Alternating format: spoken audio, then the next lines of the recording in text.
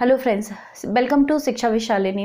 Friends, आज हम जो लोग टॉपिक पढ़ने जा रहे हैं वो है पावर यानी कि शक्ति। शक्ति हमारा विद्युत धारा में भी दिया हुआ है और कार्य ऊर्जा शक्ति में भी दिया हुआ है, इसीलिए मैंने वहाँ छोड़ दिया था। अब हम दोनों को एक साथ कवर करते हैं। ठीक है, तो जानते हैं कि शक्ति क्या होती है।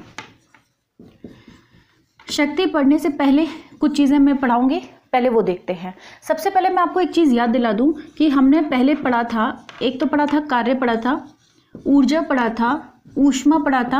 हमने देखा था कि कहीं ना कहीं ये टर्म समझने में अलग अलग है, लेकिन मैथमेटिकली ये टर्म सारी सेम है, क्योंकि कार्य का मात्रक भी आपका जूल होता है, इसका मात्रक भी जूल होता है और इसका मात्रक भी जूल होता है। ठीक है, तो इस प्रकार से अगर हम देखें तो कार्य का जो सूत्र हमने पढ़ा था वो कार्य का सूत्र पढ़ा था W = F × S। ठीक है, ये पढ़ा था। यहाँ पे ये बल है, ये कार्य है और ये विस्थापन है। ठीक है, दूरी। ऊर्जा का जब हमने पढ़ा था तो एक हमने पढ़ा था पोटेंशियल एनर्जी का और एक पढ़ा था काइनेटिक एनर्जी का। काइनेटिक यानी गतिज ऊर्जा का सूत्र पढ़ा था ½mv² पढ़ा था, और पोटेंशियल एनर्जी का पढ़ा था mgh पढ़ा था, और स्प्रिंग और लोलक के लिए पढ़ा था। स्प्रिंग लोलक छोड़ दो, बाकी ये वाले थोड़ा सा याद रखो। ऊष्मा के लिए हमने एक टर्म H डिफाइन की थी। H के लिए हमने एक सूत्र देखा था कि वो हमारा था V × Q था। ठीक है, तो हमने इसको और भी कई तरीके से लिखा था, जैसे I² RT से लिखा था, या इसके अलावा आप देखेंगे तो आपने और क्या लिखा था, I × V × T भी लिखा था, I × V × T लिखा था। देखिए वो मैं कन्वर्ट कर लेती हूँ, मुझे बस यही वाला सूत्र याद है कि हम इसको Q × V लिखते हैं। ठीक है, तो इस तरीके से कुछ सूत्र हमारे पास आ जाते हैं, तो आप इनको पहले एक जगह पे नोट कर लीजिए, क्योंकि ये हमारे आगे कार्य ऊर्जा जो शक्ति हम पढ़ने जा रहे हैं वो थोड़े से काम आएंगे।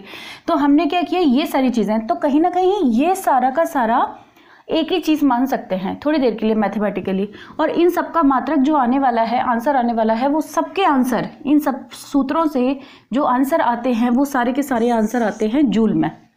ठीक है, चाहे पोटेंशियल एनर्जी का निकालो, काइनेटिक एनर्जी का निकालो, ऊष्मा का निकालो, कार्य का निकालो, इन सब के मात्रक आपके आने वाले हैं जूल में। बस इतनी सी बात अगर आप याद रख लेते हैं तो हमारे लिए शक्ति पढ़ना बहुत ज़्यादा आसान हो जाएगा। मैं यही कोशिश करती हूँ, देखिए, शक्ति पढ़ाने की। अब क्या होता है, देखिए मैं आपको एक दूसरी एग्जांपल से समझाती हूँ। क्या हुआ कि पहले नॉर्मल शक्ति बताती हूँ, फिर उसके बाद विद्युत शक्ति देखेंगे। तो पहले शक्ति देखते हैं। शक्ति में क्या है कि जैसे समझिए कि दो बंदे थे। ठीक है, दो बंदे थे, तो हुआ ये कि दोनों को कहा गया कि एक एक बैग उठाइए और बैग उठा के छत पर लेकर जाना है। ठीक है, दो लोग हैं, दोनों को एक एक बैग दिया, सेम वजन का है, और आपको बोला कि छत पर लेकर जाना है। ठीक है, अब हुआ ये कि वो दोनों छत पर लेके जा रहे थे, तो एक बंदे ने वो काम आपका 2 मिनट में किया। 2 मिनट में उसने बैग को टांगा और वो छत पर लेकर गया। दूसरे बंदे ने वही काम करने में 2 घंटे लगा दिए। ठीक है, काम दोनों ने पूरा किया, दोनों ने एक बैग उठाया और छत पर लेकर गया, और दूसरे ने भी बैग उठाया और छत पर लेकर गया। लेकिन फ़र्क किस चीज़ का है? फ़र्क ये है कि एक बंदे ने वही काम 2 मिनट में किया और दूसरे बंदे ने वही काम 2 घंटे में किया।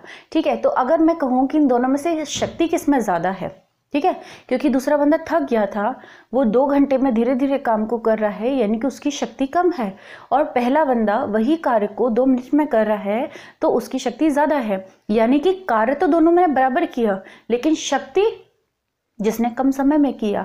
तो शक्ति जो होती है ना, वो भी एक तरीके से कार्य ही होती है, लेकिन वहाँ पे टाइम का फैक्टर आ जाता है। ठीक है, तो अभी तक जो हमने ऊर्जा वगैरह ये सब देखा वो तो सेम कार्य ही है, लेकिन अगर हम शक्ति की बात करते हैं ना, शक्ति की जब बात करते हैं तो वो कार्य ही होता है, लेकिन उसमें समय का फैक्टर हो जाता है। यानी कि जो काम किया जा रहा है वो किस दर से किया जा रहा है, कार्य करने की दर ही शक्ति कहलाती है। ठीक है, तो शक्ति बस ये है कि कार्य बटे समय। तो इसका सूत्र हो गया हमारा कार्य बटे समय। अगर इसके मात्रक की बात करें तो क्या होगा, कार्य का मात्रक होता है जूल और समय का मात्रक होता है सेकेंड। समय का मात्रक होता है सेकंड, तो इसका मात्रक क्या हो गया, जूल बटे सेकंड। अब क्या हुआ कि जूल बटे सेकंड हर बार लिखना ना पड़े। जैसे हमने यहाँ देखा था कि न्यूटन इंटू समय दूरी मीटर होता है, तो न्यूटन इंटू मीटर ना लिखना पड़े, हमें न्यूटन इंटू मीटर ना लिखना पड़े, इसलिए हमने कार्य का मात्रक जूल बना दिया। न्यूटन इंटू मीटर को हमने जूल बना दिया। क्यों? ताकि हमें दो दो ना लिखना पड़े। सिमिलरली हमें joule per second, joule per second, joule per second बार बार ना लिखना पड़े, इसलिए हमने कह दिया कि नहीं, हम जूल पर सेकेंड बार बार नहीं लिखेंगे, हम वाट लिखेंगे। वाट क्यों लिखेंगे? वॉट इसलिए लिखेंगे क्योंकि जेम्स वॉट ने भाप का इंजन बनाया था, उसमें बहुत शक्ति थी, तो उनको रिस्पेक्ट देने के लिए हमने ये वॉट बना दिया। ठीक है। अब वॉट जो होता है ना वो बहुत छोटी इकाई होती है, यानी अगर हम किसी भी चीज़ की शक्ति को वॉट में नापेंगे ना तो बहुत दिक्कत होगी, बड़े बड़े से आंसर आ जाएंगे। जैसे सपोज करते हैं, एग्जाम्पल से समझते हैं कि आपके लिए जो ग्राम होता है ना, ग्राम बहुत छोटी इकाई होती है। आप हर चीज़ को अगर ग्राम में नापोगे ना तो बड़ी दिक्कत होगी। अगर आपको 100 किलो की कोई चीज़ लेकर आनी है तो आपको 100 × 1000 करके आपको ग्राम में आंसर देना पड़ेगा, तो वो एक बहुत बड़ा अमाउंट बोलना पड़ेगा। सिमिलरली वॉट भी बहुत छोटा सा है, तो आप इसको थोड़ा बड़ा करने के लिए क्या कर सकते हैं? आप ऐसा कर सकते हैं कि आप एक वॉट, एक्सक्यूज मी, एक सेकेंड रुकिएगा,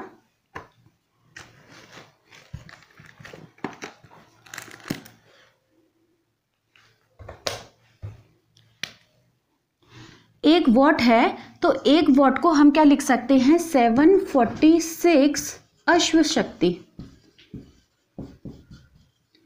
इसका मतलब ये होता है कि एक वॉट बराबर 746 अश्व शक्ति होती है, या सॉरी उल्टा लिखा मैंने, 746 वॉट मिलाकर एक अश्व शक्ति होती है, यानी अश्व शक्ति थोड़ा बड़ा मात्रक हो गया। ठीक है, तो एक तो आप ये याद रखिएगा कन्वर्जन, ये वाला कन्वर्जन याद रखिएगा। वैसे तो शक्ति का मात्रक वॉट होता है, आप अपने आंसर वॉट में निकाल लें, पर अगर आपको अश्व शक्ति में आंसर देने हैं तो आप कन्वर्ट कर सकते हैं। कन्वर्ट करना मैंने आपको एक वीडियो में सिखाया था। इसके बाद ये तो हो गया आपका शक्ति वाला काम। ठीक है, अब एक काम करते हैं, जैसे मान लो यही हमें विद्युत शक्ति, देखो पता है क्या है, चैप्टर बहुत बड़ा है, इधर भी खूब सारा लिखा हुआ है, उधर भी खूब सारा लिखा हुआ है, 11th में भी, पर मैं इतना ज़्यादा क्यों पढ़ाऊँ? जब हमें इतनी सी चीज़ समझ में आ रही है तो अननेसेसरली उसे लार्ज करना, उसे कॉम्प्लिकेटेड करने का कोई मतलब नहीं है। विद्युत शक्ति अलग से पढ़ाऊँ, ये शक्ति अलग से पढ़ाऊँ, साथ में है ना। देखिए ना, अब विद्युत शक्ति की बात की तो कोई बात नहीं, अब विद्युत वाला जो कार्य है ऊर्जा, ये तो हमने नॉर्मल लिखा था, आप इधर आ जाइए, ये विद्युत के लिए तो लिखे थे। I का मतलब क्या है? विद्युत धारा। V का मतलब क्या है? विभव। और ये क्या है? H बनाते हैं, और H को मैंने क्या बोला था कि कार्य ही है, एक तरीके से कार्य ही ऊर्जा होती है और ऊर्जा ही ऊष्मा होती है। तो क्यों ना मैं विद्युत शक्ति को ऐसे लिख लूं, जैसे H लिखा हुआ है ना, तो W/T लिखना तो मुझे यही है, W/T ही है, मेरा सूत्र तो वही है, लेकिन अब मैं ये नहीं लिखूंगी, मैं W की जगह पर ये लिखूंगी VQ बटे समय। भाई मुझे शक्ति में W/T लिखना था, W को ही मैं ये कहती हूँ और W को ही मैं H कहती हूँ।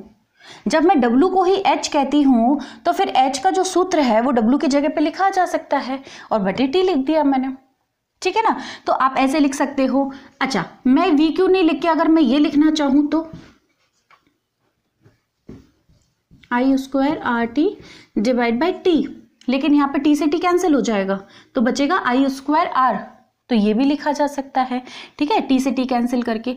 या फिर अगर मैं ये लिखना चाहूँ I × V × T divide by T, तो T से T कैंसिल हो जाएगा, फिर I भी आ जाएगा, केवल I भी। तो हम बेसिकली P का सूत्र कैसे लिख सकते हैं? V × Q/T is equal to I² R is equal to I × B। इसमें से आपको जो पसंद आए ना वो लिख लीजिएगा। P बराबर ये सूत्र लिख लीजिएगा, या P बराबर ये लिख लीजिएगा, या P बराबर ये लिख लीजिएगा, कुछ भी लिख लो, एक ही बात है। ठीक है, तो आप चीज़ों को कनेक्ट करके पढ़िए। ये पूरा जो सेक्शन है इसमें बच्चे घुमा घुमा के कम से कम 20-30 फॉर्मूले बना देते हैं, जबकि देखा जाए ना तो बस इतना सा है, और ये इतना कंफ्यूज करता है बच्चों को कि हद है जिसकी। लेकिन ये मेरे हिसाब से तो बहुत ही आसान सी चीज़ है, कुछ भी नहीं है। अगर आपको ये पता है ना W क्या चीज़ है, और इसके रिलेटेड ये पता है, इससे संबंधित ये पता है, ये सारे भी हमने 3 याद नहीं किए थे, आप वीडियो देखिएगा लास्ट वाला, और उसमें हमने सिर्फ ये वाला याद किया था, ये भी याद नहीं किया था। ये वाला भी फॉर्मूला हमने कहाँ से निकाला था? B बराबर W/Q से निकाला था, सेकंड नंबर 10.2 में ये फॉर्मूला याद किया था। यहाँ से ये आए सारे के सारे, यहाँ से सारे के सारे ये आ गए, कोई दिक्कत नहीं है। फिर भी अगर आपको याद नहीं होते तो आप ऐसे याद कर लीजिए, मैंने सारे ड्राइव करके आपको बता दिए। तो मेरे हिसाब से तो मैंने बता दिया है। फिर भी अगर आपको कहीं कन्फ्यूजन होता है या लगता है कि नहीं ये गड़बड़ है, मुझे तो अलग से लिस्ट चाहिए, तो फिर बताइएगा मुझे, कुछ करते हैं। तो ये तो होता है हमारा ये। अब यहाँ पे एक छोटी सी चीज़ और आती है, इसका स्क्रीनशॉट ले लीजिए, मैं इसको रब कर देती हूँ। फाइन। अब यहाँ पे एक चीज़ आती है,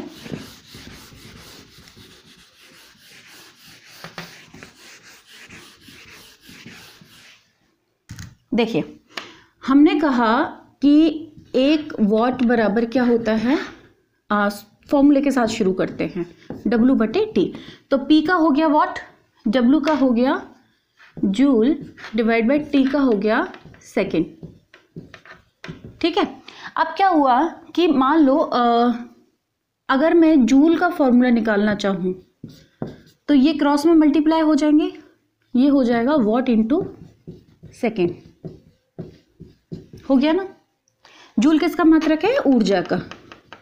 जूल किसका मात्रक है, ऊर्जा का।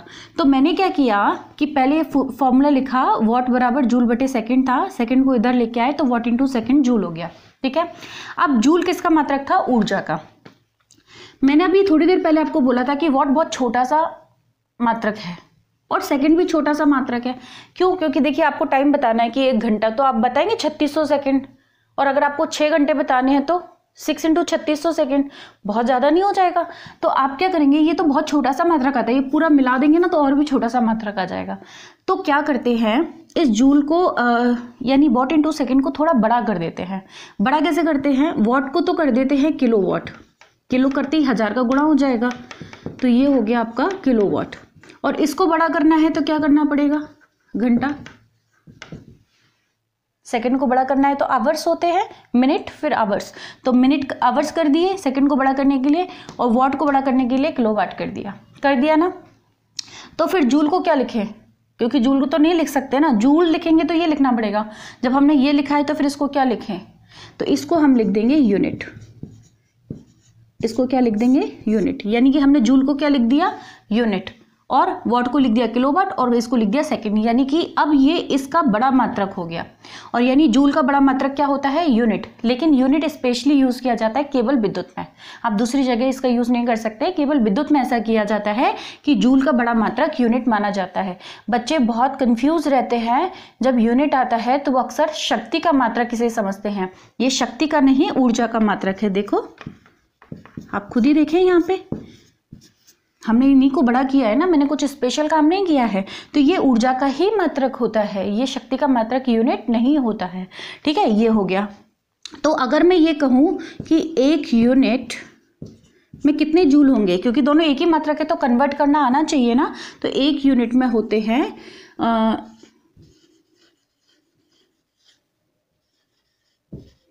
इतने सारे जूल मिलके 1 यूनिट होता है। यानी आप इसको लिख सकते हैं 36 और उसके पीछे 5 जीरो लगाएंगे। ठीक है, ये होता है। इसको कैसे कन्वर्ट किया है, देखिए ये वॉट को जब किलोवाट में किया तो 1000 लिखा, और सेकंड को किया तो 3600 लिखा।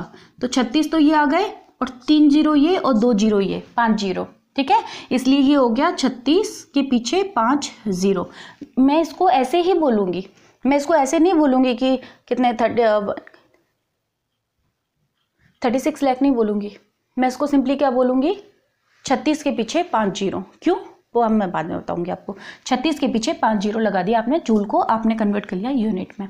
तो आपके घर में जो इलेक्ट्रिसिटी आती है उसकी ऊर्जा का मापन, शक्ति का नहीं, उसकी ऊर्जा का मापन यूनिट में किया जाता है। ठीक है, ठीक है। अब ये भी आप कॉपी कर लें, ये भी थोड़ा कंफ्यूजिंग समझते हैं बच्चे, बाकी देखो आप मेरे साथ साथ चलते जाइए और लिखते जाइए, और 2 या 3 बार देखोगे ना, जिसमें सारी चीज़ें एकदम बढ़िया से क्लियर हो जाएंगी आपको। ठीक, अब मैं चाहती हूँ कि एक न्यूमेरिकल कर लेते हैं, इसके बाद ये करते हैं। बाकी सारे न्यूमेरिकल मैंने आपको बोला ही है, 11th और 10th चैप्टर के सारे न्यूमेरिकल हम 1 या 2 या 3 जितनी भी वीडियो बनाने पड़ेंगी हम उसमें बना लेंगे। ठीक है, कोई दिक्कत नहीं है। मैं आपको एक क्वेश्चन करवा देती हूँ, ओके, ये तो बहुत सिंपल पूछा हुआ है इन्होंने बोला हुआ है कि कोई एक बल्ब है और बल्ब का जो वोल्टेज है, मतलब बल्ब में जो विद्युत धारा प्रवाहित की जाती है वो 220 वोल्ट पर की जाती है। इसके लिए मैंने आपको एक ट्रिक बताई थी कि अगर आपको कभी ये समझ में नहीं आना कि क्या चीज़ दिया हुआ तो मात्रक देख लिया करिए। तो वोल्ट दिया है तो ऑब्वियसली V ही होगा, ठीक है। तो ये हो गया, उसमें जो धारा प्रवाहित होती है तो धारा को हम लिखते हैं I से 0.5 एम्पियर। तो इन्होंने पूछा है शक्ति ज्ञात कीजिए, तो शक्ति बहुत आसान हो गया, P equal to V into I का फॉर्मूला देखा था, यहाँ लास्ट में लिखा था P equal to V into I. तो ये हो जाता है आपका 220 into 0.5 is equal to whatever is answer, so you can write it down here.